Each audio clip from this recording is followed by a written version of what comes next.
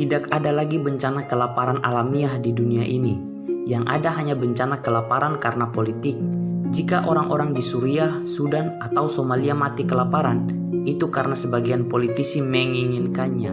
Video ini merupakan kumpulan fakta, data, dan kesimpulan yang dijelaskan oleh Yuval Noah Harari dalam bukunya Homo Deus Masa Depan Umat Manusia.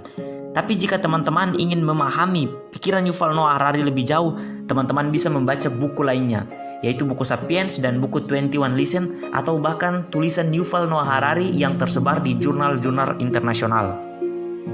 Banyak testimoni yang diberikan oleh berbagai elemen untuk buku ini, yaitu contohnya dari John Thornhill, Financial Times.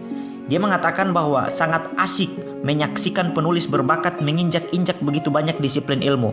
Keterampilan Harari terletak pada cara dia memulangkan prisma di semua bidang ini dan memandang dunia dengan berbagai cara, memberikan sudut pandang segar tentang apa yang kita pikirkan. Kami tahu hasilnya sangat gemilang.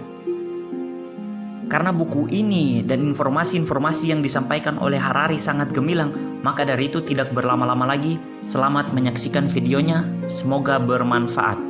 Selama ribuan tahun, 3 masalah besar yang selalu menyibukkan pikiran manusia, entah pada masa Cina abad ke-20, India abad pertengahan, dan Mesir kuno, yaitu kelaparan, wabah, dan perang yang selalu ada di puncak daftar. Dalam beberapa waktu ratus tahun terakhir ini, perkembangan teknologi, ekonomi, politik telah menciptakan jaring pengaman yang semakin kuat, yang memisahkan umat manusia dari garis kemelaratan biologis. Tidak ada lagi bencana kelaparan alamiah di dunia ini. Yang ada hanya bencana kelaparan karena politik. Jika orang-orang di Suriah, Sudan, atau Somalia mati kelaparan, itu karena sebagian politisi menginginkannya. Kata perdamaian telah mendapatkan makna baru. Generasi-generasi sebelumnya memandang perdamaian sebagai ketiadaan perang sementara. Kini, kita memandang perdamaian sebagai keniscayaan karena perang memang tidaklah masuk akal. Terorisme adalah sebuah strategi kelemahan yang dipilih oleh mereka yang tak punya akses pada kekuasaan real. Sekurang-kurangnya pada masa lalu, terorisme bekerja dengan menyebarkan ketakutan, bukan dengan menyebarkan kerusakan material yang signifikan. Mengingat prestasi-prestasi kita pada abad ke-20, jika orang terus menderita karena kelaparan, wabah, dan perang, maka kita tidak bisa menimpakan kesalahan pada alam dan Tuhan. Kita memiliki kekuatan untuk membuat keadaan menjadi lebih baik dan untuk mereduksi insiden penderitaan lebih jauh lagi. Setelah berhasil mereduksi angka kematian dari kelaparan, penyakit, dan kekerasan, kini kita mengincar tujuan untuk mengatasi usia tua dan bahkan kematian itu sendiri. Setelah menyelamatkan orang-orang dari penderitaan yang hina dina, kini kita menuju pada kebahagiaan yang positif. Dan setelah mengangkat kemanusiaan di atas level binatang dalam hal perjuangan survival, kita kini berusaha meningkatkan manusia menjadi dewa-dewa dan mengubah Homo sapiens menjadi Homo Deus. Sepanjang sejarah, agama-agama dan ideologi-ideologi tidak secara tegas menguduskan kehidupan itu sendiri. Mereka selalu menyakralkan sesuatu yang di atas atau di luar eksistensi duniawi, dan karenanya cukup toleran pada kematian. Dalam realitas, manusia tidak mati karena sosok jubah hitam bertudung menepuk pundaknya, karena Tuhan menetapkannya, atau karena mortalitas adalah bagian dari esensial dari rencana kosmis. Manusia selalu mati karena suatu kesalahan teknis, jantung berhenti memompa darah, arteri utama tersumbat oleh timbunan lemak, sel-sel kanker menyebar di hati, atau kuman berbiak di paru-paru. Orang ingin hidup selamanya sehingga mereka mengarang simfoni immortal. Mereka memburu kejayaan abadi dalam perang, atau bahkan mengorbankan kehidupan agar ruh mereka menikmati kebahagiaan abadi di surga. Bagian besar dari kreativitas artistik, komitmen politika, dan kesalehan religius kita digerakkan oleh ketakutan pada kematian. Para politisi harus menciptakan perdamaian, orang-orang bisnis harus memperkuat kemakmuran, dan para sarjana harus mempelajari alam. bukan demi kejayaan raja, negara, atau Tuhan, melainkan agar Anda dan saya bisa menikmati kehidupan yang lebih bahagia. Negara-negara industri maju seperti Jerman, Prancis, dan Jepang berhasil menciptakan sistem gigantik pendidikan, kesehatan, dan kesejahteraan. Tetapi sistem-sistem ini lebih ditujukan kepada memperkuat negara ketimbang untuk memastikan kesejahteraan individu. Apakah Anda akan memilih menjadi orang Singapura yang sangat produktif tetapi tidak puas, atau orang Costa Rica yang kurang produktif tetapi puas? Mencapai kebahagiaan real tidak akan menjadi lebih mudah dari mengatasi usia tua dan kematian. Atap kaca kebahagiaan mampu bertahan karena dua pilar kokoh, yakni psikologis dan biologis. Namun, kita bahagia ketika realitas sesuai dengan ekspektasi kita. Berita buruknya adalah saat kondisi membaik, ekspektasi pun melambung. Sains menyatakan bahwa tak ada orang yang pernah dibuat bahagia karena mendapat promosi, menang lotre, atau menemukan cinta sejati. Orang dibuat bahagia oleh satu hal dan hanya satu hal, yaitu sensasi-sensasi menyenangkan dalam tubuh. Mungkin kunci kebahagiaan bukanlah berpacu maupun medali emas, melainkan perpaduan dengan dosis tepat antara kesenangan dan ketenangan. Meskipun demikian, sampai sekarang mereka sepakat dalam satu hal. Untuk memperbaiki pendidikan, kita harus mengubah sekolah. Kini, untuk pertama kalinya dalam sejarah, sekurang-kurangnya sebagian orang berpikir akan lebih efisien kalau mengubah biokimia murid-murid.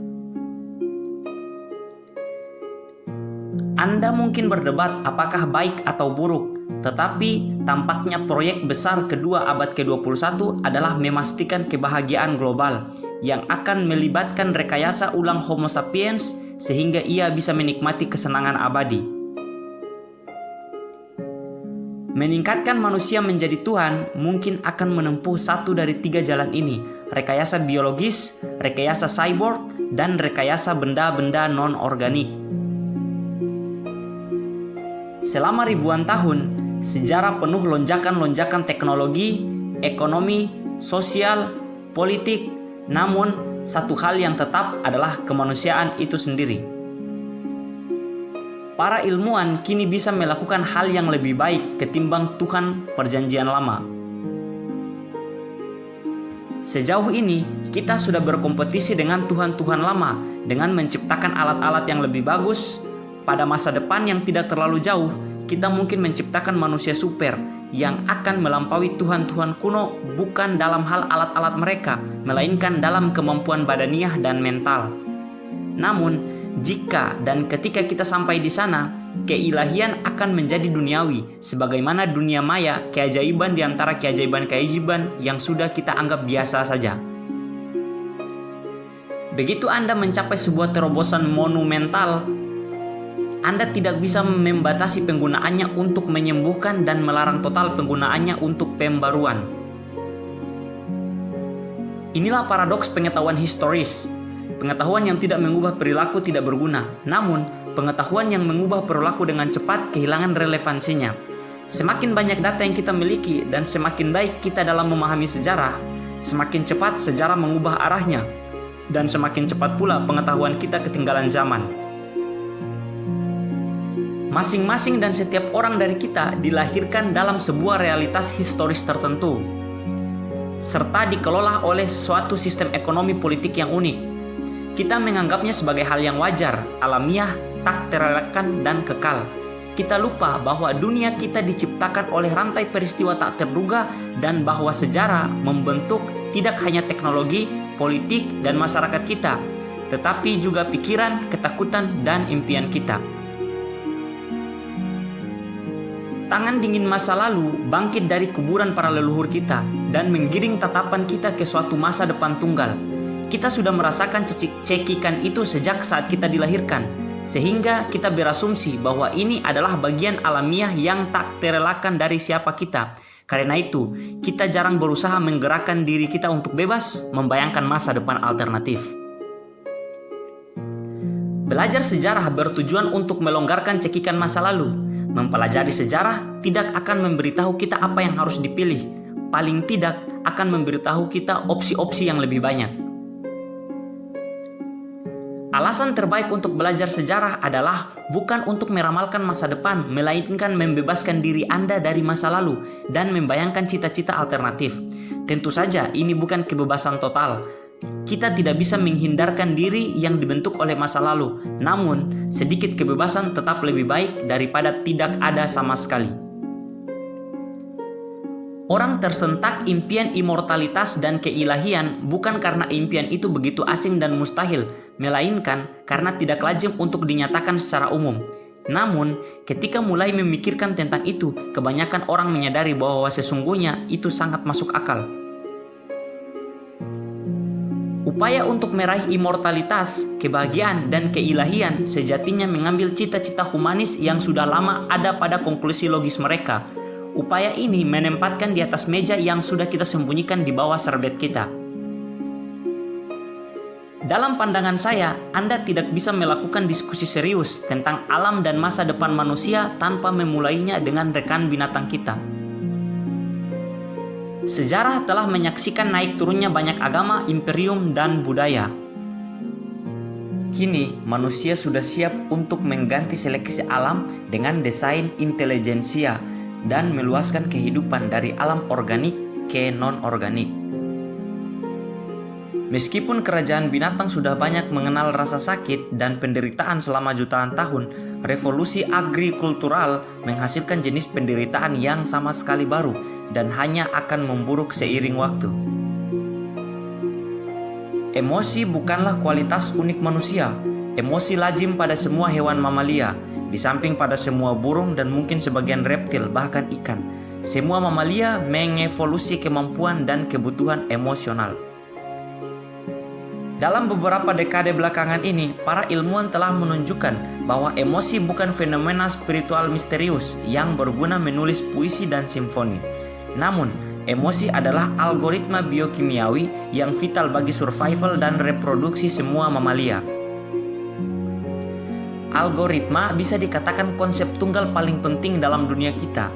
Jika kita ingin memahami kehidupan masa depan, kita harus melakukan segala upaya untuk memahami apa algoritma itu dan bagaimana algoritma terhubung dengan emosi-emosi. Sebuah algoritma adalah seperangkat langkah metodis yang bisa digunakan untuk melakukan kalkulasi, pemecahan masalah, dan mencapai keputusan-keputusan.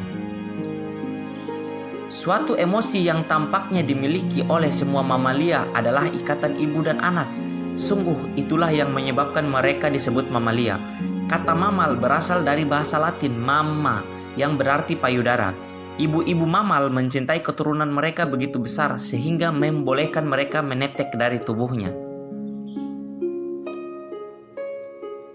Kita bisa berdebat dengan emosi-emosi yang lain, tetapi karena anak-anak mamalia tidak bisa bertahan hidup tanpa perawatan ibu, maka jelas bahwa cinta keibuan dan ikatan ibu anak yang kuat mencirikan semua mamalia. Mamalia tidak bisa hidup hanya dengan makanan, mereka juga membutuhkan ikatan emosional. Agama-agama bertuhan sebagaimanapun memiliki keyakinan-keyakinan tertentu tentang ramah binatang. Tuhan memberi otoritas manusia untuk menguasai kerajaan binatang, tetapi otoritas itu disertai tanggung jawab. Semua agama agrikultural termasuk Jainism, Buddha, Hindu mengklaim bahwa sebuah hierarki alamiah makhluk hidup memberi manusia kekuasaan dan hak menggunakan binatang-binatang lain, asalkan manusia mematuhi batasan-batasan tertentu. Saat revolusi agrikultural, manusia membungkam binatang dan tumbuhan dan mengubah operasi animis menjadi sebuah dialog antar manusia dan Tuhan. Saat revolusi saintifik, umat manusia membungkam sekalian dengan Tuhan juga. Kalau revolusi agrikultur memunculkan agama-agama bertuhan, maka revolusi saintifik melahirkan agama-agama humanis yang di dalamnya manusia menggantikan Tuhan-Tuhan. Kalau agama-agama bertuhan menyembah Theo, dalam bahasa Yunani adalah Tuhan. Humanisme menyembah manusia. Ide dasar dari agama-agama humanis seperti liberalisme, komunisme, dan nazisme adalah bahwa Homo sapiens memiliki esensi unik dan sakral yang menjadi sumber segala makna dan otoritas di alam semesta.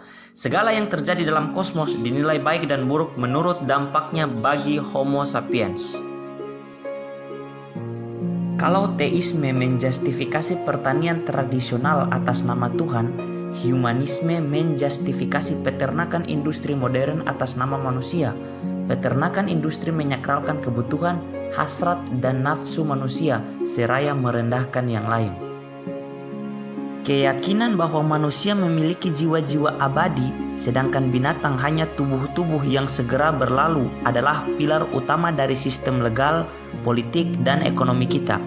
Itu menjelaskan mengapa, misalnya, sah-sah saja bagi manusia membunuh binatang untuk makanan atau bahkan hanya untuk bersenang-senang. Arti harfiah dari kata individu adalah sesuatu yang tak bisa dibelah. Kalau saya individu, maka berarti diri saya yang sejati adalah sebuah entitas holistik, bukan sebuah susunan dari bagian-bagian yang terpisah. Setiap pengalaman subjektif memiliki dua ciri fundamental, sensasi dan hasrat. Robot dan komputer tidak memiliki kesadaran, karena meskipun mereka memiliki kemampuan dahsyat, mereka tidak merasakan apapun dan mendambakan apapun. Robot mungkin memiliki sensor energi yang mengirim sinyal ke unit pemrosesan pusatnya ketika baterai hampir habis. Robot itu mungkin kemudian bergerak menuju stop kontak listrik, mencolokkan diri ke dalamnya dan mengisi baterai.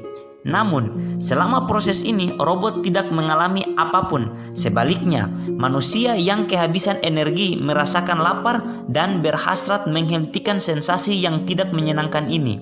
Itulah sebabnya kita mengatakan manusia adalah makhluk kesadaran, sedangkan robot tidak. Dan itulah mengapa menjadi sebuah kejahatan bila menyuruh orang bekerja sampai ambruk karena lapar dan kelelahan, sedangkan menyuruh robot bekerja sampai kehabisan daya listrik tidak menyebabkan kehinaan moral apapun. Salah satu hal yang luar biasa tentang sains adalah bahwa ketika para ilmuwan tidak mengetahui sesuatu, mereka bisa mencoba semua jenis teori dan kejadian, tetapi akhirnya hanya bisa mengakui kebodohan mereka. Pengalaman-pengalaman subjektif penting bagi survival kita karena jika kita tidak merasa lapar atau takut, kita tidak akan bersusah-susah memburu kelinci dan lari dari singa. Selama ribuan tahun, manusia menggunakan Tuhan untuk menjelaskan banyak fenomena alam. Apa yang menyebabkan petir berkilat? Tuhan. Apa yang menyebabkan hujan turun? Tuhan. Bagaimana kehidupan di bumi dimulai? Tuhan yang melakukannya. Selama beberapa abad terakhir, para ilmuwan belum menemukan bukti empiris eksistensi Tuhan. Sementara mereka menemukan penjelasan yang lebih detail tentang kilatan petir, hujan, dan asal kehidupan. Para sejarawan tidak mengemukakan bahwa sekutu menang dalam Perang Dunia Kedua karena Tuhan ada di pihaknya. Para ekonom tidak menyalahkan Tuhan atas krisis ekonomi 1929 dan para ahli geologi tidak mengundang kehendak Tuhan untuk menjelaskan gerakan-gerakan lempeng tektonik. Selama ribuan tahun, orang percaya bahwa seluruh perbuatan dan keputusan muncul dari jiwa kita. Namun, dengan tiadanya bukti pendukung apapun dan mengingat eksistensi teori-teori alternatif yang jauh lebih detail, sains kehidupan telah mencoret jiwa. Sebagai individu-individu pribadi, memang banyak ahli biologi dan dokter yang terus meyakini adanya jiwa. Namun, mereka tidak pernah menulis tentang jiwa dalam jurnal-jurnal ilmiah. Orang terkadang membayangkan ikatan emosional yang mendalam dengan jimat-jimat seperti senjata, mobil, dan bahkan pakaian dalam. Tetapi ikatan-ikatan ini hanya sepihak dan tidak pernah berkembang menjadi hubungan. Fakta bahwa anjing bisa menjadi pihak dalam hubungan emosional dengan manusia meyakinkan sebagian besar pemilik anjing bahwa anjing bukan automata tanpa pikiran. Upaya lain untuk melanggengkan superioritas manusia ialah menerima bahwa tikus, anjing, dan binatang-binatang lainnya memiliki kesadaran, tetapi berpendapat bahwa tak seperti manusia, mereka tak punya kesadaran diri. Manusia kini mendominasi sepenuhnya planet bumi.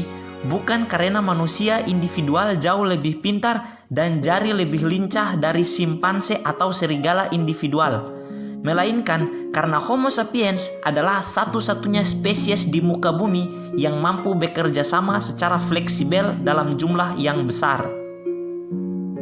Jika kerjasama adalah kunci, bagaimana bisa semut dan lebah tidak mengalahkan kita dalam hal bom nuklir, sekalipun mereka sudah belajar bekerja sama secara massal jutaan tahun sebelum kita? Karena kerjasama mereka tak memiliki fleksibilitas. Lebah bekerja sama dengan cara yang sangat canggih, tetapi mereka tidak bisa menciptakan sistem sosial baru dalam semalam. Jika sebuah sarang lebah menghadapi ancaman baru atau peluang baru, lebah-lebah itu tidak bisa menggantung ratu dan mendirikan republik. Sejarah memberi bukti banyak tentang makna krusial dari kerjasama berskala besar. Kemenangan hampir pasti selalu jatuh pada mereka yang mampu bekerja sama lebih baik.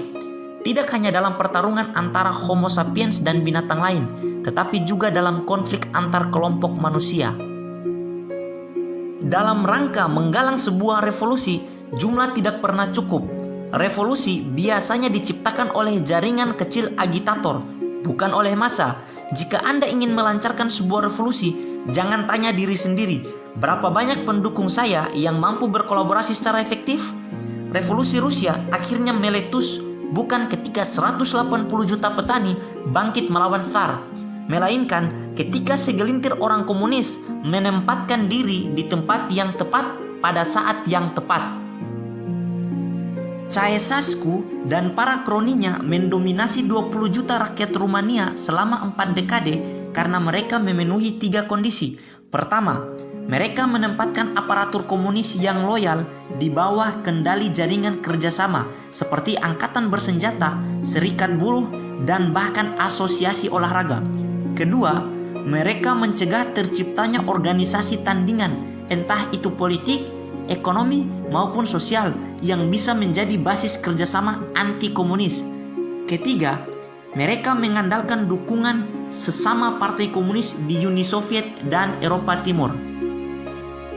Jika sapiens menguasai dunia karena kita sendiri yang bisa bekerja sama secara fleksibel dalam jumlah besar, maka ini melemahkan keyakinan kita pada kesakralan makhluk manusia.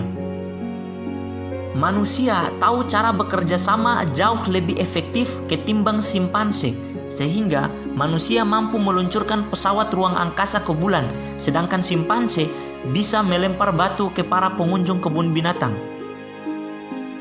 Primata memiliki moralitas alamiah, dan bahwa kesetaraan adalah nilai universal dan tak kenal waktu. Orang egaliter secara alamiah dan masyarakat yang tidak setara tidak pernah bisa berfungsi dengan baik karena kebencian dan kekecewaan.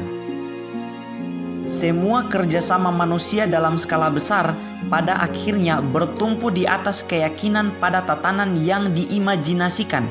Tatanan itu adalah seperangkat aturan yang meskipun hanya ada dalam imajinasi, kita yakini real dan tak bisa dilanggar sebagaimana hukum gravitasi. Orang kesulitan memahami ide tentang tatanan yang diimajinasikan karena mereka berasumsi bahwa hanya ada 2 jenis realitas, realitas objektif dan realitas subjektif. Sebagian orang menyangka bahwa sebuah realitas itu mesti objektif dan subjektif dan tidak ada opsi ketiga. Karena itu, ketika mereka yakin dengan pemahamannya bahwa ada sesuatu yang bukan hanya perasaan subjektifnya sendiri, dia langsung menyimpulkan itu pasti objektif. Jika banyak orang percaya kepada Tuhan, jika uang membuat dunia menyatu, dan jika nasionalisme memulai perang dan membangun imperium, maka hal-hal ini tidak hanya keyakinan subjektif. Karena itu, Tuhan, uang, dan negara pasti realitas objektif. Tetapi ada level realitas ketiga, level intersubjektif. Kita tidak ingin menerima bahwa Tuhan kita, negara kita, atau nilai-nilai kita hanya fiksi belaka, karena semua hal ini memberi makna bagi kehidupan kita.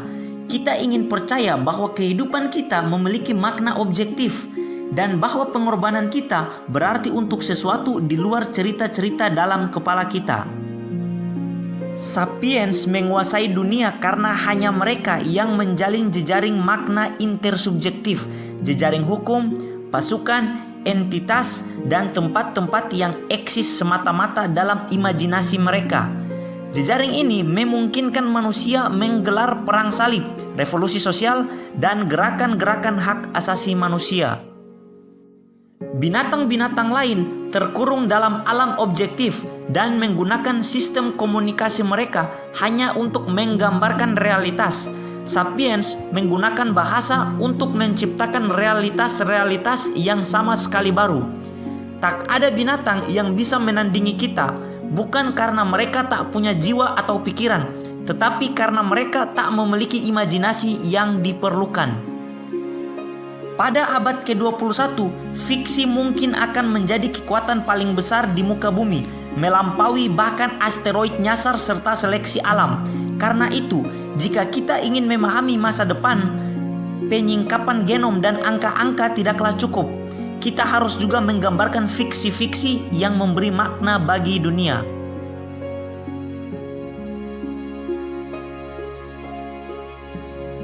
Binatang-binatang seperti serigala dan simpanse hidup di sebuah realitas ganda.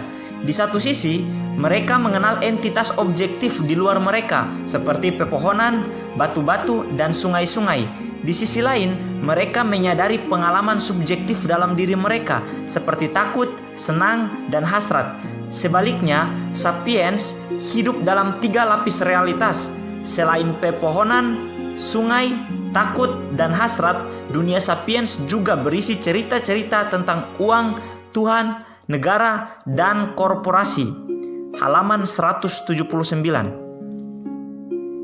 Kita menjumpai istilah algoritma ketika berusaha menjelaskan apa itu emosi dan bagaimana otak berfungsi, dan mendefinisikannya sebagai seperangkat langkah metodis yang bisa digunakan untuk mengkalkulasi, memecahkan masalah, dan membuat keputusan. Halaman 185.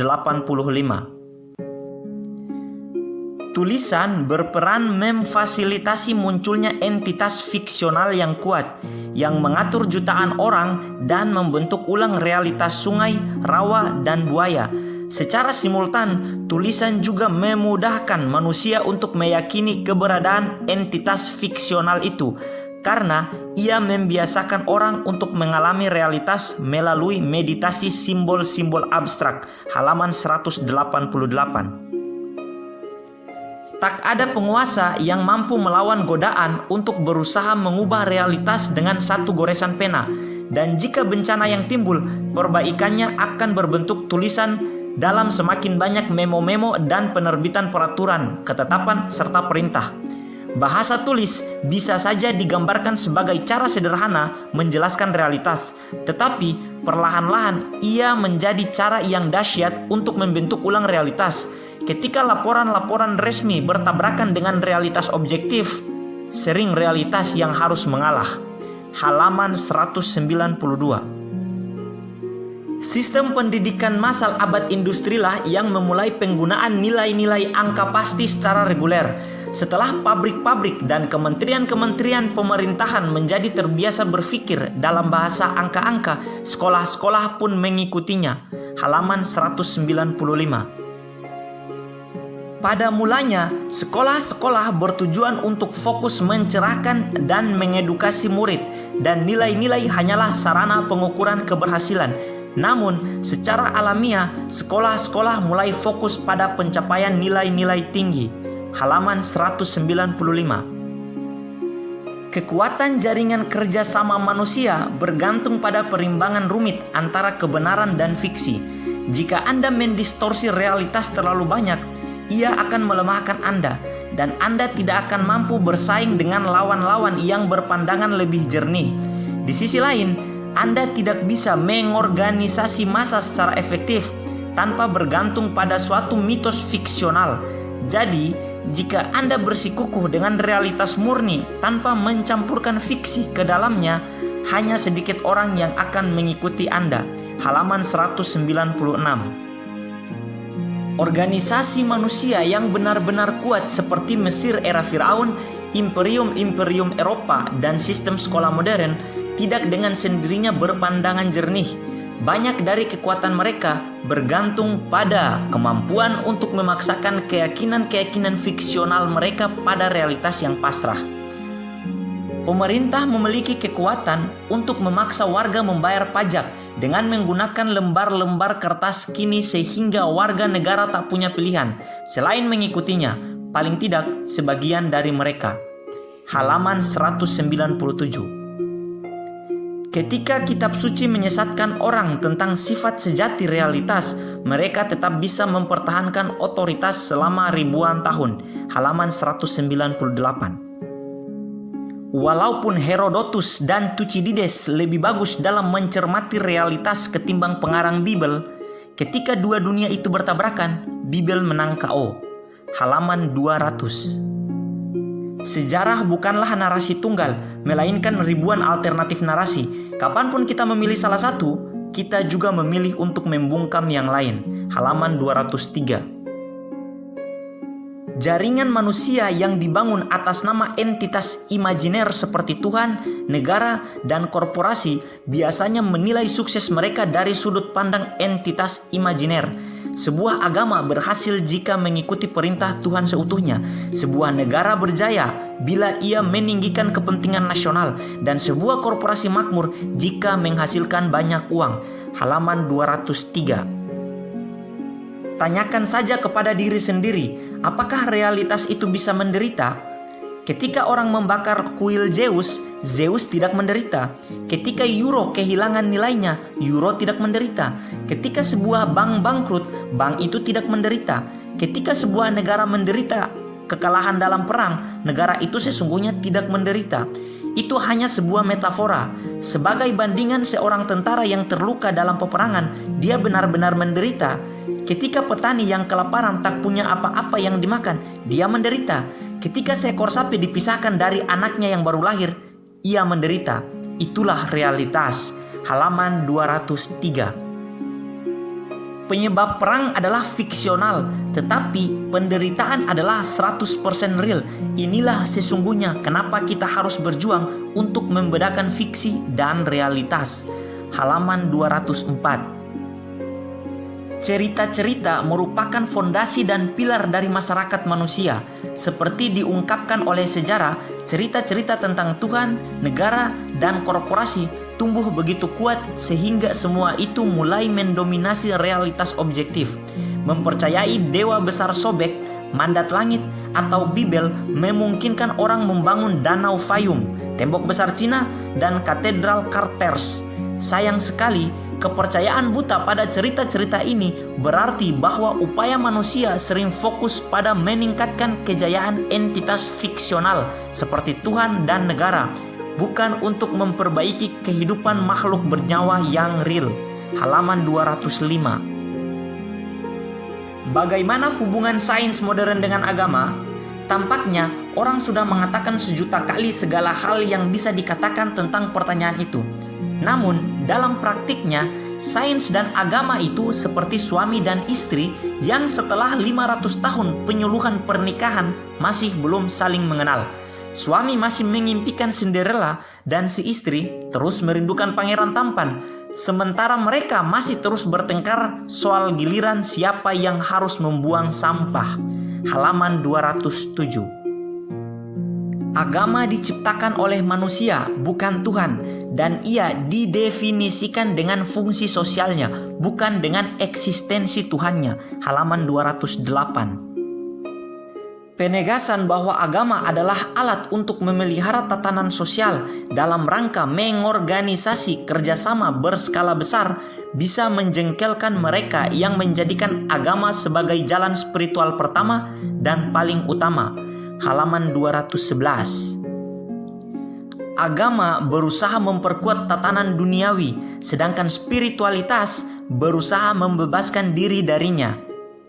Agama biasanya berusaha menaklukkan pencarian-pencarian spiritual dari para pengikutnya, dan banyak sistem agama yang sudah ditantang bukan oleh orang awam yang sibuk dengan makanan, seks, dan kekuasaan, melainkan oleh para pencari kebenaran spiritual yang mendambakan lebih dari sekedar kebenaran.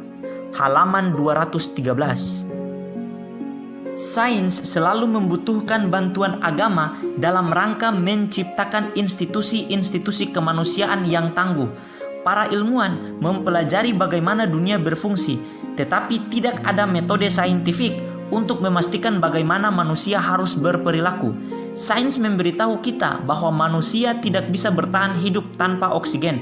Namun, apakah boleh mengeksekusi penjahat dengan pembekapan napas? Sains tidak tahu bagaimana menjawab pertanyaan semacam itu. Hanya agama yang bisa memberi pedoman yang diperlukan. Halaman 216. Ketika kita turun dari lingkungan halus filsafat untuk mengobservasi realitas historis, kita menemukan bahwa cerita-cerita agama hampir selalu mencakup 3 bagian. Pertama, ketetapan etis seperti hidup manusia adalah sakral. Kedua, pernyataan-pernyataan faktual seperti hidup manusia dimulai sejak kehamilan. Ketiga, penggabungan ketetapan etis dengan pernyataan-pernyataan faktual yang menghasilkan pedoman praktis seperti kalian tidak pernah dibolehkan aborsi bahkan sehari sejak kehamilan. Halaman 218. Agama-agama memiliki kecenderungan cerewet mengubah pernyataan-pernyataan faktual menjadi ketetapan-ketetapan etis, sehingga menciptakan kebingungan serius dan mengaburkan apa yang seharusnya merupakan perdebatan yang relatif sederhana. Pernyataan faktual Tuhan menulis Bible terlalu sering bermutasi menjadi ajaran etis. Kalian harus percaya bahwa Tuhan yang menulis Bible. Mempercayai begitu saja pernyataan faktual itu menjadi sebuah kebajikan, sedangkan meragukan menjadi dosa yang mengerikan. Halaman 224. Sam Harris berpandangan bahwa semua manusia memiliki kesamaan nilai tertinggi tunggal, meminimalkan penderitaan dan memaksimalkan kebahagiaan. Dan itulah sebabnya semua perdebatan etis adalah argumentasi faktual yang berkenaan dengan cara paling efisien untuk memaksimalkan kebahagiaan.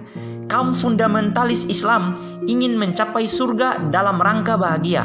Kaum liberal percaya bahwa meningkatkan kebebasan manusia bisa memaksimalkan kebahagiaan. Dan kalangan nasionalis Jerman berpikir bahwa setiap orang akan lebih sejahtera jika Berlin dibolehkan mengelola planet ini. Menurut Harris, kaum Islamis, liberal, dan nasionalis tak punya perselisihan etis. Mereka memiliki perselisihan faktual tentang bagaimana cara terbaik mewujudkan tujuan bersama mereka. Halaman 225. Agama menyediakan justifikasi etis bagi riset saintifik dan sebagai imbalannya bisa mempengaruhi agenda saintifik dan penggunaan penemuan-penemuan saintifik. Karena itu, Anda tidak bisa memahami sejarah sains tanpa memperhitungkan keyakinan-keyakinan religius. Sains jarang menekuni fakta ini, tetapi revolusi saintifik sendiri bermula di salah satu masyarakat yang paling dogmatik, intoleran, dan religius dalam sejarah. Halaman 226. Sudah menjadi kebiasaan memotret sejarah modernitas sebagai pertarungan antara sains dan agama. Secara teori, baik sains maupun agama berkepentingan di atas segalanya pada kebenaran. Dan karena masing-masing menjunjung tinggi kebenaran yang berbeda, keduanya pasti akan berbenturan. Faktanya, baik sains maupun agama tidak peduli sebesar itu pada kebenaran, sehingga mereka bisa saling berkompromi, hidup bersama, dan bahkan bekerja sama. Agama berkepentingan paling tinggi pada keteraturan. Ia bertujuan menciptakan dan memelihara struktur sosial. Sains berkepentingan paling tinggi pada kekuatan. Melalui riset, sains bertujuan meraih kekuatan untuk mengobati penyakit, melancarkan perang, dan menghasilkan makanan. Sebagai individu, para ilmuwan dan pendeta bisa saja memberi makna besar bagi kebenaran. Tetapi sebagai institusi kolektif, sains dan agama lebih memilih keteraturan dan kekuatan ketimbang kebenaran. Karena itu, mereka bisa menjadi teman seranjang yang baik. Halaman 227. Masyarakat modern percaya pada dogma-dogma humanis dan menggunakan sains tidak dalam rangka mempertanyakan dogma-dogma ini, tetapi dalam rangka mengimplementasikannya. Halaman 228. Modernitas adalah sebuah perjanjian. Kita semua menandatangani perjanjian ini sejak hari kita dilahirkan. dan perjanjian ini mengatur hidup kita sampai mati. Sangat sedikit dari kita yang dapat membatalkan atau mengatasi perjanjian ini. Ia membentuk makanan, pekerjaan, dan impian kita, dan ia memutuskan di mana kita berdiam, siapa yang kita cintai, dan bagaimana kita mati. Yang mengejutkan, modernitas sesungguhnya adalah sebuah perjanjian sederhana. Seluruh kontrak bisa diringkas dalam satu frasa tunggal. Manusia setuju untuk menyerahkan makna ditukar dengan kekuasaan. Halaman 229. Tak ada surga yang menunggu kita setelah kematian, tetapi kita bisa menciptakan surga di sini, di atas bumi, dan hidup di dalamnya selamanya, jika kita memang berhasil mengatasi sejumlah masalah teknis.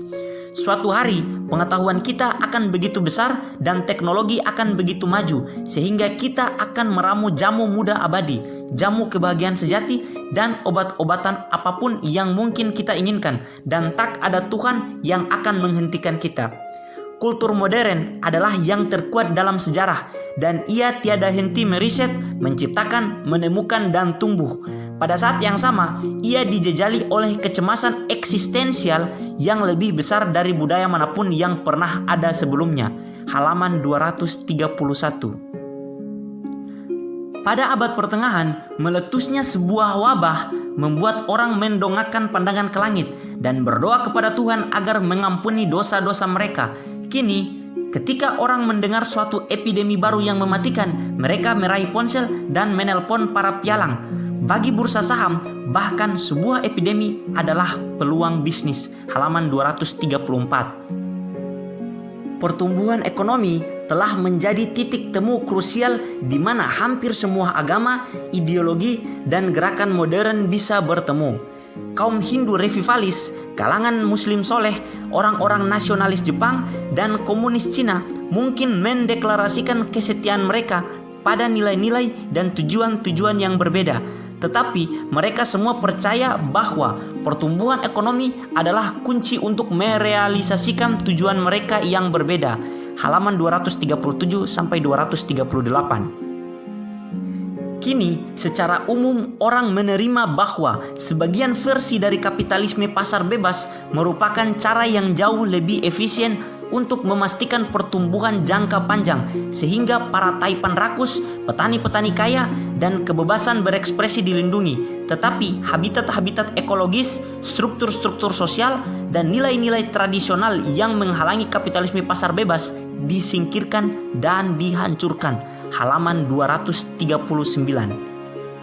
Ekonomi antara hewan rubah tidak bisa tumbuh karena rubah tidak tahu cara memproduksi lebih banyak kelinci. Ekonomi kelinci stagnan karena kelinci tidak bisa menjadikan rumput tumbuh lebih cepat.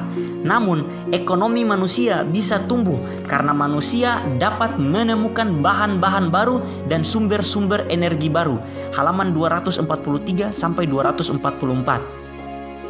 Pandangan tradisional tentang dunia sebagai kue pai berukuran tetap mengasumsikan bahwa hanya ada dua jenis sumber daya di dunia, bahan baku dan energi. Namun, yang benar ada tiga jenis sumber daya, bahan baku, energi, dan pengetahuan. Bahan baku dan energi bisa habis. Semakin banyak Anda gunakan, semakin sedikit yang Anda miliki. Sebaliknya, pengetahuan adalah sumber daya yang tumbuh. Semakin banyak Anda gunakan, semakin banyak yang Anda miliki. Halaman 244. Selama ribuan tahun, jalan saintifik menuju pertumbuhan terbendung karena orang percaya bahwa kitab-kitab suci dan tradisi-tradisi kuno sudah berisi semua pengetahuan penting yang bisa diberikan oleh dunia. Penemuan terbesar sains adalah penemuan kebodohan. Begitu manusia menyadari betapa sedikit yang mereka tahu tentang dunia, mereka tiba-tiba memiliki alasan yang sangat bagus untuk mencari pengetahuan baru yang membuka jalan bagi sains untuk maju. Halaman 244. Nama real dari ekonomi modern adalah runtuhnya ekologi. Baik kemajuan sains maupun pertumbuhan ekonomi terjadi dalam sebuah biosfer yang rapuh. Dan begitu keduanya mendapatkan tenaga, gelombang kejut akan mendestabilkan ekologi. Jika kemajuan dan pertumbuhan benar-benar berakhir dengan kehancuran ekosistem, harga itu harus dibayar bukan hanya oleh kelelawar, vampir, rubah, dan kelinci, melainkan juga oleh sapiens. Sebuah kehancuran ekologi akan menyebabkan kehancuran ekonomi, kekacauan politik, jatuhnya sandar hidup manusia, dan bisa mengancam eksistensi peradaban manusia. Halaman 245. Populasi manusia terkunci dalam perpacuan ganda. Di satu sisi, kita merasa tergugah untuk mempercepat laju kemajuan sains dan pertumbuhan ekonomi. Di sisi lain, kita harus tetap selangkah lebih maju dari Armageddon ekologis. Halaman 246. Kita juga harus peduli bahwa kiamat ekologis mungkin membawa konsekuensi-konsekuensi yang berbeda bagi kasta manusia yang berbeda. Tidak ada keadilan dalam sejarah. Ketika bencana melanda, yang miskin hampir selalu jauh lebih menderita ketimbang yang kaya. Bahkan jika yang kayalah yang menjadi penyebab tragedi. Kita berbicara banyak tentang pemanasan global, tetapi dalam praktiknya manusia tak mau serius melakukan pengorbanan ekonomi, politik, dan sosial yang diperlukan untuk menghentikan bencana itu. Halaman 247. Menyerang kapitalisme pasar bebas dewasa ini menjadi agenda besar banyak intelektual. Karena kapitalisme mendominasi dunia, kita memang harus melakukan setiap upaya untuk memahami kelemahan-kelemahannya sebelum semua itu mendatangkan bencana kiamat. Halaman 252. Manusia tidak diselamatkan oleh hukum persediaan dan permintaan, tetapi lebih disebabkan oleh munculnya sebuah agama baru, revolusioner humanism. Halaman 253. Perjanjian modern menawarkan kepada kita kekuasaan dengan syarat kita melepas keyakinan pada rencana kosmis raya yang memberi kita makna kehidupan. Halaman 254. Agama humanis menyembah kemanusiaan dan mengharapkan kemanusiaan menggantikan peran yang dimainkan Tuhan dalam Kristen dan Islam dan peran hukum alam yang berlaku dalam Buddha dan Daoisme. Jika rencana kosmis raya secara tradisional memberi makna bagi kehidupan manusia, humanisme membalik peran-peran itu dan berharap pengalaman manusia dapat memberi makna pada kosmos. Inti dari revolusi religius modernitas bukanlah kehilangan kepercayaan kepada Tuhan, melainkan mendapatkan kepercayaan pada kemanusiaan. Halaman 255. Selama berabad-abad, humanism telah berusaha meyakinkan bahwa kitalah sumber tertinggi makna, sehingga kehendak bebas kita merupakan otoritas tertinggi. Tanpa menunggu entitas eksternal memberitahu kita apa dan bagaimana, kita bisa mengandalkan perasaan dan hasrat kita sendiri. Halaman 257. Humanism telah mengajarkan kepada kita bahwa sesuatu hanya buruk jika menyebabkan seseorang merasa tidak senang. Pembunuhan salah bukan karena Tuhan pernah berkata kalian tidak boleh membunuh. Namun pembunuhan adalah salah karena menimbulkan penderitaan menyakitkan bagi korban, bagi anggota keluarganya, dan bagi sahabat serta teman-temannya. Pencurian salah bukan karena suatu naskah kuno menyatakan kalian tidak boleh mencuri. Namun pencurian salah karena ketika Anda kehilangan hak milik, Anda merasa tidak senang. Dan jika sebuah tindakan tidak menyebabkan siapapun merasa tidak senang, tidak ada yang salah dengan itu. Halaman 259 sampai 260. Perasaan kita memberi makna bukan hanya pada kehidupan private kita, melainkan juga pada proses-proses sosial dan politik. Ketika kita ingin tahu siapa yang harus memerintah negara, apa kebijakan politik luar negeri yang harus diadopsi, dan apa langkah-langkah ekonomi yang harus ditempuh, kita tidak mencari jawabannya dalam kitab suci. Halaman 261. Dalam etika, moto humanis adalah jika terasa baik, lakukanlah. Dalam politik, humanism mengajarkan kepada kita bahwa pemilihlah yang paling tahu. Dalam estetika, humanism menyatakan bahwa keindahan ada pada mata penonton. Halaman 264. Pada abad pertengahan, sumber segala makna dan otoritas bersifat eksternal. Karena itu, pendidikan fokus pada penanaman kepatuhan, penghafalan kitab suci, dan pembelajaran tradisi-tradisi kuno. Para guru mengajukan pertanyaan kepada murid, dan murid harus mengingat bagaimana Aristoteles, Raja Solomon, atau St. Thomas Aquinas menjawabnya. Sebaliknya, pendidikan humanis modern percaya pada pengajaran murid untuk berpikir bagi diri mereka sendiri. Memang bagus untuk tahu apa yang dipikirkan Aristoteles, Solomon, dan Aquinas tentang politik, seni, dan ekonomi. Tetapi karena sumber tertinggi makna dan otoritas ada pada diri kita sendiri, maka jauh lebih penting untuk tahu apa yang Anda pikirkan tentang masalah-masalah ini. Halaman 267. Politik humanis, pemilihlah yang paling tahu. Ekonomi humanis, pelanggan selalu benar. Estetika humanis, keindahan ada di mata penonton. Etika humanis, jika terasa baik, lakukanlah. Pendidikan humanis, berpikirlah untuk diri Anda sendiri. Halaman 269 sampai 270. Di Eropa abad pertengahan, rumus utama untuk pengetahuan adalah pengetahuan sama dengan kitab suci kali logika. Jika orang ingin tahu jawaban atas sebuah pertanyaan penting, mereka akan membaca kitab suci dan menggunakan logika mereka untuk memahami makna sesungguhnya teks kitab suci. Revolusi saintifik mengajukan rumus yang sangat berbeda untuk pengetahuan. Pengetahuan sama dengan data empiris kali matematika. Jika kita ingin tahu jawaban atas suatu pertanyaan, kita perlu mengumpulkan data empiris yang relevan, kemudian menggunakan alat-alat matematika untuk menganalisisnya. Setelah manusia mendapatkan kepercayaan pada dirinya sendiri, sebuah rumus baru untuk memperoleh pengetahuan etis muncul, yaitu pengetahuan sama dengan pengalaman kali sensitivitas. Jika kita ingin tahu jawaban atas pertanyaan etis apapun, kita perlu menjangkau pengalaman dalam diri kita dan mengamatinya dengan sensitivitas yang tinggi. Halaman 271 sampai 273. Humanisme memandang kehidupan sebagai proses bertahap dari perubahan dalam diri, bergerak dari kebodohan menuju pencerahan dengan sarana pengalaman.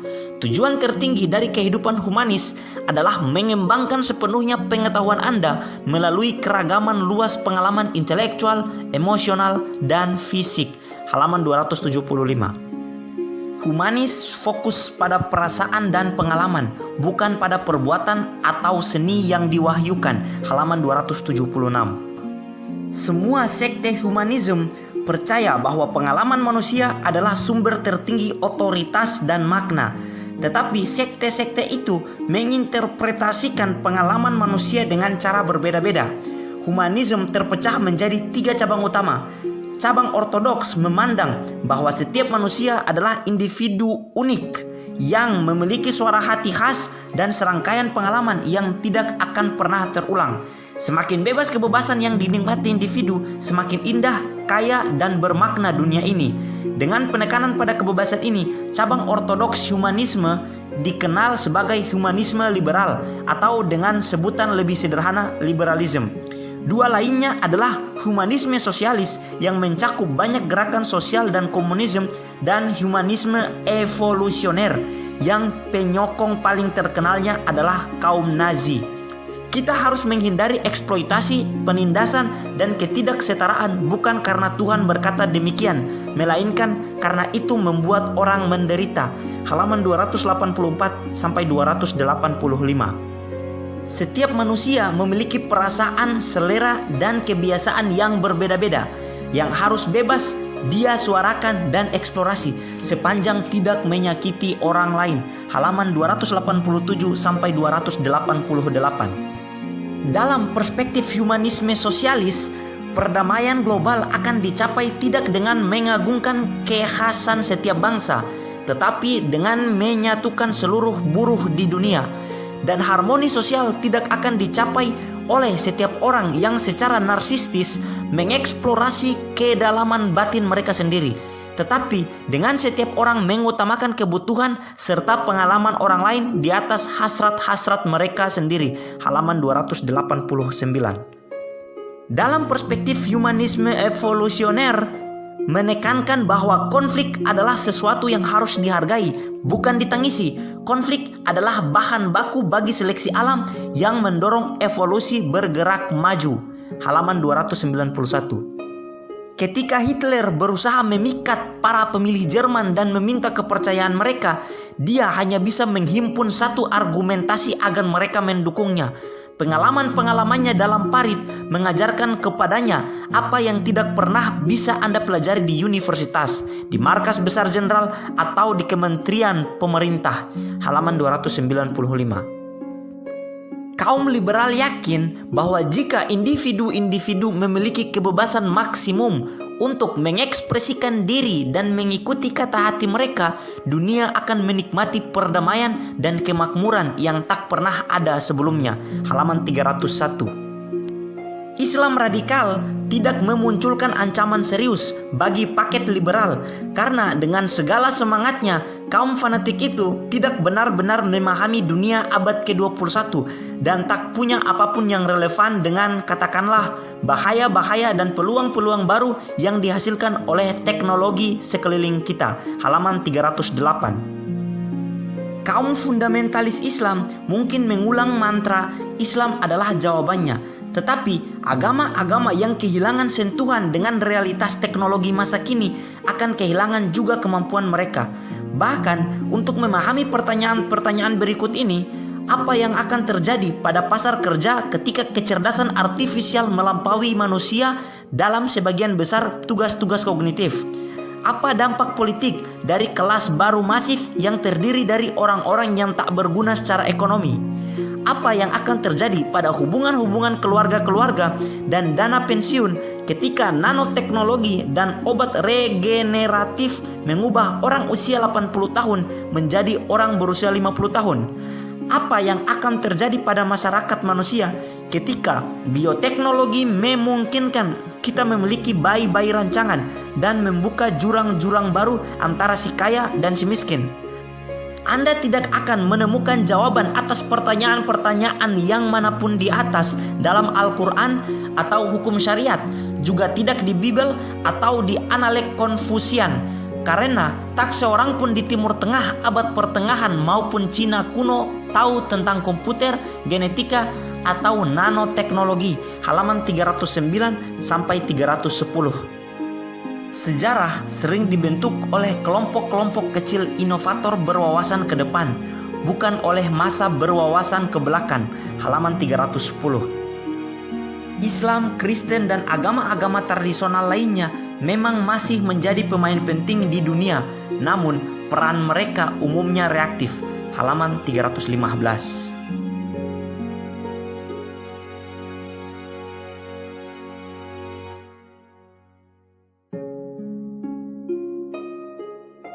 Miliaran orang termasuk banyak ilmuwan terus menggunakan kitab suci sebagai sumber otoritas. Tetapi teks-teks ini tidak lagi menjadi sumber kreativitas. Pikiran misalnya tentang penerimaan pernikahan gay atau kependetaan perempuan oleh cabang-cabang Kristen yang lebih progresif. Dari mana asal-muasal penerimaan ini? Bukan dari membaca Bible St. Agustinus atau Martin Luther, namun ia datang dari teks-teks seperti The History of Sexuality karya Michael Foucault atau A Cyborg Manifesto karya Donna Haraway. Halaman 316 sampai 317. Kitab-kitab suci tidak memiliki apapun yang bisa dikatakan tentang rekayasa genetik atau kecerdasan artifisial, dan sebagian besar pendeta, robi, dan mufti tidak memahami terobosan-terobosan mutakhir dalam biologi dan ilmu komputer. Karena jika Anda ingin memahami terobosan-terobosan ini, Anda tidak punya banyak pilihan. Anda perlu menggunakan waktu untuk membaca artikel-artikel ilmiah dan melakukan eksperimen-eksperimen lab, bukan menghafal dan memperdebatkan teks-teks kuno. Halaman 317. Pada tahun 2016, dunia didominasi oleh paket liberal individualisme, hak-hak asasi manusia, demokrasi, dan pasar bebas. Namun, sains abad ke-21 sedang meruntuhkan fondasi-fondasi tatanan liberal. Halaman 323. Dalam abad lalu, setelah para ilmuwan membuka kotak hitam sapiens, mereka menemukan bahwa tidak ada yang namanya jiwa, tidak ada kehendak bebas, juga tidak ada diri. Yang ada hanya gen-gen, hormon-hormon, dan neuron-neuron yang mematuhi hukum fisika dan kimia yang sama dengan mengatur seluruh realitas lainnya. Kini, ketika para sarjana bertanya, mengapa seorang pria menarik pisau dan menusuk seseorang sampai mati? Jawabannya, karena ia memilih untuk melakukannya. tidak memadai lagi. Para ahli genetika dan ilmuwan otak memberi jawaban yang lebih terperinci.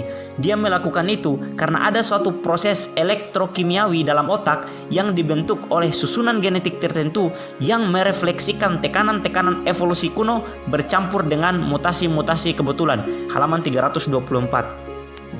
Meragukan kehendak bebas bukan hanya sebuah latihan filosofis, ada implikasi-implikasi praktisnya. Jika organisme benar-benar tak punya kehendak bebas, maka implikasinya adalah bahwa kita bisa memanipulasi, bahkan mengendalikan kehendak mereka dengan menggunakan obat, rekayasa genetik, atau stimulasi otak langsung. Halaman 328. Manusia bukanlah individual, mereka adalah dividual. Halaman 334. Sebagian besar eksperimen telah menunjukkan bahwa tidak ada satupun diri yang mengambil keputusan ini. Keputusan itu merupakan hasil dari tarik tambang antara entitas-entitas yang berbeda dan sering bertentangan. Halaman 337. Semakin menyakitkan pengorbanan, semakin yakin mereka akan eksistensi entitas imajiner itu. Halaman 346 sampai 347. Sains-sains kehidupan melemahkan liberalisme dengan argumentasi bahwa individu yang bebas hanyalah cerita fiksi yang dikarang oleh sebuah susunan algoritma biokimiawi. Halaman 350. Pada permulaan milenium ketiga, liberalisme terancam bukan oleh ide filosofis bahwa tidak ada individu yang bebas, melainkan oleh teknologi-teknologi konkret. Kita akan segera menghadapi banjir alat-alat, perlengkapan, dan struktur-struktur yang luar biasa berguna, yang tak memberi ruang bagi kehendak bebas manusia individual. Halaman 351. Liberalisme berhasil karena memang ada manfaat besar dalam politik, ekonomi, dan militer dari menanamkan nilai itu pada setiap manusia. Halaman 352 sampai 353. Melindungi hak-hak asasi manusia serta kebebasan adalah kewajiban moral sekaligus kunci bagi pertumbuhan ekonomi. Halaman 356. Tampaknya komputer tidak akan segera memiliki kesadaran dan mulai mengalami emosi dan sensasi. Selama setengah abad terakhir sudah banyak sekali kemajuan dalam kecerdasan komputer, tetapi masih benar-benar nol dalam hal kesadaran. Halaman 357. Manusia memiliki dua jenis kemampuan dasar, fisik dan kognitif. Sepanjang mesin bersaing dengan manusia dalam kemampuan fisik, ada tak terhitung pekerjaan kognitif yang bisa dilakukan manusia dengan lebih baik. Jadi, sepanjang mesin mengambil alih pekerjaan-pekerjaan yang murni manual, manusia fokus pada pekerjaan-pekerjaan yang membutuhkan paling tidak kemampuan kognitif. Namun, apa yang terjadi bila algoritma mengungguli kita dalam mengingat, menganalisis, dan mengenali pola-pola? Halaman 367. Menurut sains kehidupan, seni bukanlah produk dari jiwa yang sudah ditingkatkan atau ruh metafisik, melainkan produk dari algoritma organik yang mengenali pola-pola matematis. Halaman 373. Liberalisme akan runtuh pada hari ketika sistem itu lebih tahu tentang saya ketimbang saya sendiri. Ini akan lebih sederhana ketimbang kerumitan yang bisa dibayangkan sekarang. Mengingat sebagian besar orang memang tidak benar-benar mengenal diri mereka sendiri dengan baik. Halaman 391 sampai 392. Bila Google, Facebook, dan algoritma-algoritma lain menjadi juru ramal serba tahu, mereka mungkin akan berevolusi menjadi agen-agen dan akhirnya menjadi penguasa-penguasa. Halaman 393. Peralihan otoritas dari manusia ke algoritma terjadi di sekitar kita bukan sebagai akibat dari keputusan pemerintah, tetapi karena banjir pilihan-pilihan personal yang duniawi. Halaman 398. Solusi liberal untuk ketimpangan sosial adalah memberi nilai setara pada pengalaman manusia yang berbeda, bukan berusaha menciptakan pengalaman yang sama bagi setiap orang. Namun, apakah solusi ini masih berjalan ketika orang kaya dan miskin terpisahkan tidak semata-mata oleh kekayaan, tetapi juga oleh kesenjangan biologis real? Halaman 400. Pencapaian medis terbesar kita adalah penyediaan fasilitas kesehatan massal, kampanye vaksinasi massal, dan pembasmian epidemi massal. Halaman 402. Proyek hebat manusia abad ke-20 adalah mengatasi kelaparan, wabah, dan perang, bertujuan melindungi norma universal, kemakmuran, kesehatan, dan perdamaian bagi setiap orang tanpa kecuali. Proyek baru abad ke-21 bertujuan untuk mendapatkan immortalitas, kebahagiaan, dan keilahian, juga bertujuan melayani seluruh umat manusia. Namun, karena proyek-proyek ini lebih bertujuan untuk melampaui ketimbang melindungi norma, hasil yang lebih mungkin adalah penciptaan kasta baru manusia super yang akan meninggalkan akar-akar liberalnya dan memperlakukan manusia normal tak lebih baik dari perlakuan orang Eropa abad ke-19 terhadap orang Afrika. Halaman 404. Agama baru tidak mungkin muncul dari gua Afghanistan atau dari madrasah-madrasah di Timur Tengah. Namun, agama baru itu akan muncul dari laboratorium riset. Agama tekno baru ini bisa dibagi menjadi dua jenis utama, yaitu tekno-humanisme dan agama data. Agama data menyatakan bahwa manusia sudah merampungkan tugas kosmis mereka dan sekarang harus menyerahkan tongkat estafet ke jenis entitas yang sama sekali baru. Halaman 405. Meskipun kita memiliki lebih banyak pilihan ketimbang sebelumnya, kita sudah kehilangan kemampuan untuk benar-benar memperhatikan apa yang kita pilih. Halaman 416. Sebuah kehidupan dengan keputusan yang tegas dan penyelesaian cepat bisa lebih buruk dan lebih dangkal dari satu keraguan dan kontradiksi. Halaman 418. Ketika kita berusaha mendengarkan diri kita sendiri, kita sering dibanjiri oleh berisik suara-suara yang bertentangan. Kemajuan teknologi memiliki agenda yang sangat berbeda. Ia tidak ingin mendengarkan suara hati kita, tapi ia ingin mengendalikannya. Halaman 419. Ketika kita bisa merancang dan merancang ulang kehendak, kita tidak lagi bisa melihatnya sebagai sumber tertinggi makna dan otoritas. Sebab, apapun yang akan dikatakan oleh kehendak kita, kita selalu bisa membuatnya mengatakan sesuatu yang lain. Halaman 421. Agama baru yang paling menarik adalah dataisme, yang memuja bukan Tuhan, bukan manusia. Ia menyembah data. Halaman 422. Dataisme mendeklarasikan bahwa alam semesta terdiri dari aliran data dan nilai setiap fenomena atau entitas ditentukan oleh kontribusinya pada pemrosesan data. Dataisme meruntuhkan penghalang antara binatang dan mesin dan berharap algoritma-algoritma elektronik pada akhirnya dapat mengurai dan melampaui algoritma-algoritma biokimiawi. Halaman 423. Manusia diharuskan menyaring data menjadi informasi, informasi menjadi pengetahuan, dan pengetahuan menjadi kebijaksanaan. Dataisme berakar paling kuat dalam dua disiplin induknya, sains komputer dan biologi. Di antara keduanya, biologi lebih penting. Dataisme mengubah keterbatasan terobosan dalam sains komputer menjadi katalisme pengguncang dunia yang bisa mentransformasi total sifat kehidupan. Halaman 424. Dalam sebuah pasar bebas, jika satu prosesor membuat keputusan yang salah, yang lain akan dengan cepat memanfaatkan kesalahan itu. Namun, ketika sebuah prosesor melakukan hampir semua keputusan, kesalahan bisa menjadi bencana. Halaman 426. Kapitalisme tidak mengalahkan komunisme karena kapitalisme lebih etis, karena kebebasan individu lebih sakral, atau karena Tuhan marah dengan kaum komunis yang kafir. Kapitalisme menang dalam perang dingin karena pemrosesan data yang terdistribusi bekerja lebih baik dari pemrosesan data yang terpusat, paling tidak dalam metode akselerasi perubahan teknologi. Halaman 428. Politik demokrasi tradisional akan kehilangan kendali atas peristiwa-peristiwa dan akan gagal memberi kita visi-visi masa depan yang bermakna. Halaman 431. Banyak ekonom neoliberal dan ilmuwan politik berpendapat bahwa yang terbaik adalah menyerahkan seluruh keputusan penting di tangan pasar bebas. Karena itu, mereka memberi para politisi permaafan sempurna atas ketidakbecusan dan kebodohan mereka yang direinterpretasi sebagai kebijaksanaan yang mendalam.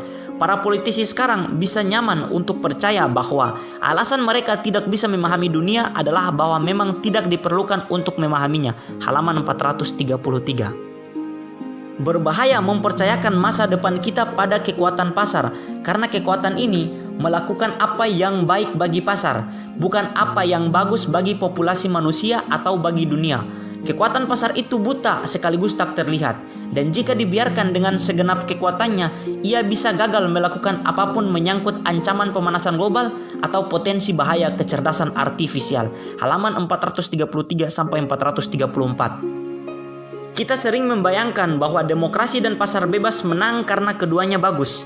Yang benar, keduanya menang karena bisa memperbaiki sistem pemrosesan data global. Halaman 437. Jika manusia benar-benar menjadi sebuah sistem pemrosesan data tunggal, lalu apa hasilnya nanti? Para datais akan berkata bahwa hasilnya adalah penciptaan sebuah sistem pemrosesan data yang baru dan lebih efisien yang disebut internet untuk segala hal. Begitu misi ini tercapai, Homo sapiens akan musnah. Halaman 438.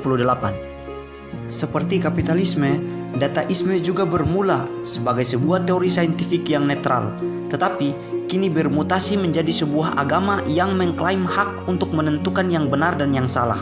Yang paling tinggi nilainya dalam agama baru ini adalah aliran informasi. Jika kehidupan adalah pergerakan informasi, dan jika kita berpikir bahwa kehidupan ini bagus, maka dengan sendirinya kita harus memperdalam dan memperluas aliran informasi di alam semesta. Halaman 438. Orang memang ingin menjadi bagian dari aliran data, sekalipun itu berarti menyerahkan privasi, otonomi, dan individualitas mereka. Halaman 443. Pada masa John Locke, David Hume, dan Voltaire, kalangan humanis menyatakan bahwa Tuhan adalah produk dari imajinasi manusia. Dataisme kini membuat para humanis merasakan obat mereka sendiri dan mengatakan kepada mereka, ya, memang Tuhan adalah produk dari imajinasi manusia, tetapi imajinasi manusia hanyalah produk dari algoritma biokimia. Pada abad ke-18, humanisme menyingkirkan Tuhan dengan mengalihkan pandangan dunia dari deosentris ke homosentris. Pada abad ke-21, dataisme mungkin menyingkirkan manusia dengan mengalihkan pandangan dunia dari homosentris ke datasentris. Halaman 448. Kalau humanisme mengajarkan dengarkan perasaan Anda, dataisme mengajarkan dengarkan algoritma. Mereka tahu apa yang Anda rasakan. Halaman 451. Yang terakhir dari buku ini, Yuval Noah Harari menekankan pada halaman 455. Semua skenario yang diuraikan dalam buku ini harus dilihat sebagai kemungkinan-kemungkinan, bukan risalah-risalah. Jika Anda tidak suka dengan sebagian dari kemungkinan-kemungkinan ini, Anda dipersilakan untuk berpikir dan berperilaku dengan cara yang baru agar dapat mencegah kemungkinan-kemungkinan tertentu di sini menjadi nyata. Tetapi tidak mudah untuk berpikir dan berperilaku dengan cara baru karena pikiran dan tindakan kita biasanya dihambat oleh ideologi serta sistem sosial saat ini. Buku ini melacak asal-usul dari kondisi hari ini dalam rangka mengendurkan cengkramannya dan memungkinkan kita bertindak secara berbeda dan berpikir dalam cara yang jauh lebih imajinatif tentang masa depan kita. Saya tekankan sekali lagi, jika teman-teman ingin benar-benar memahami pikiran dan maksud dari Yuval Noah Harari, maka teman-teman bisa membaca 3 paket buku lengkapnya, yaitu Sapiens, Riwayat Singkat Umat Manusia, Homo Deus, Masa Depan Umat Manusia yang telah dijelaskan fakta, data, dan kutipan yang ada di dalamnya, dan buku 21 Lesson, 21 Adab untuk abad ke-21. Atau bisa membaca tulisan-tulisan Yuval Noah Harari yang lain yang terbit di jurnal internasional ataupun buku-buku yang lainnya. Video ini dimaksudkan memberikan gambaran kepada teman-teman sekalian terkait isi buku Homo Deus dan agar memotivasi teman-teman untuk mendalami pikiran Yuval Noah Harari lebih dalam. Oleh sebab itu saya harapkan semoga dengan membaca quotes bisa dilanjutkan dengan membaca buku agar kita bisa memahami pikirannya lebih utuh. Terima kasih, semoga video ini bermanfaat. Akhir kata, kata adalah senjata, buku adalah jendela dunia, dan buku adalah instrumen untuk memperbanyak kata untuk melawan kebodohan. Jangan lupa like, komen, dan subscribe Sodabi Channel. Terima kasih.